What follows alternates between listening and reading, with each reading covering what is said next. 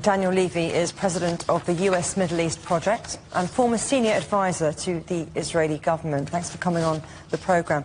Now, Israel's Prime Minister Benjamin Netanyahu says killing Hezbollah leader Hassan Nasrallah will change the balance of power in the region. Will it? A lot depends on what happens next, Juliet. I imagine that it is something that the Israeli government will now try to pursue to the next level. Simply removing a leader doesn't do that. But this comes off the back of what we have experienced to be a significant infiltration of the comms setup, probably infiltration in terms of personnel of Hezbollah. It is not just Sheikh Hassan Nasrallah who has been taken out, but a cohort of that top leadership. So what this looks like is the significant depletion, degradation of the entire capacity of Hezbollah. If that wasn't the case, we would probably have seen a more significant Hezbollah counter-response. Where on the spectrum are we between degradation and defeat and incapacitation? Israel, it seems, will keep pushing to try and maximize the advantage they now have.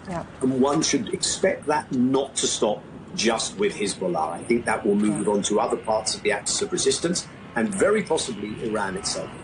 Is that why Israel's so confident? Because there may well be this swell of support for Netanyahu now at home, but militarily, economically, reputationally, all of it's coming at a great cost to Israel too.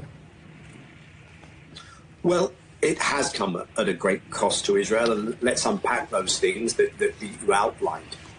Militarily, Israel was drawn into a war of attrition and destroyed everything in Gaza, but has not defeated Hamas. And of course, October the 7th itself was a major blow.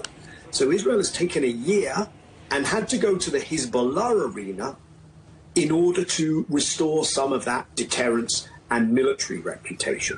But right now, that looks stronger. What doesn't look stronger, of course, is the Palestinian issue has assumed a prominence, has returned really to center stage in ways that bode quite badly for Israel because, and here's the crucial thing, which may mean this is a tactical success for Israel, not a strategic, long-standing success, because Israel has no political plan, has no political vision or horizon which can be realistically achieved in the region, because Israel wants to create a zero-sum hegemony and to permanently remove and displace the Palestinians. Those things will be difficult, and Israel will have these other headaches.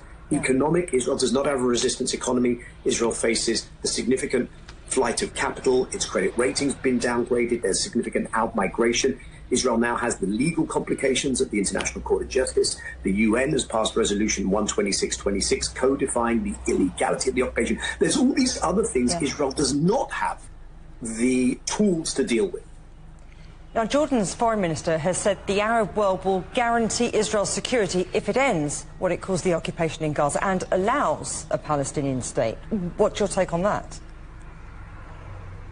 It may be well-meaning, but it feels like a very naive statement. The Jordanian foreign minister knows as well as I do that Israel has absolutely no intention of doing that.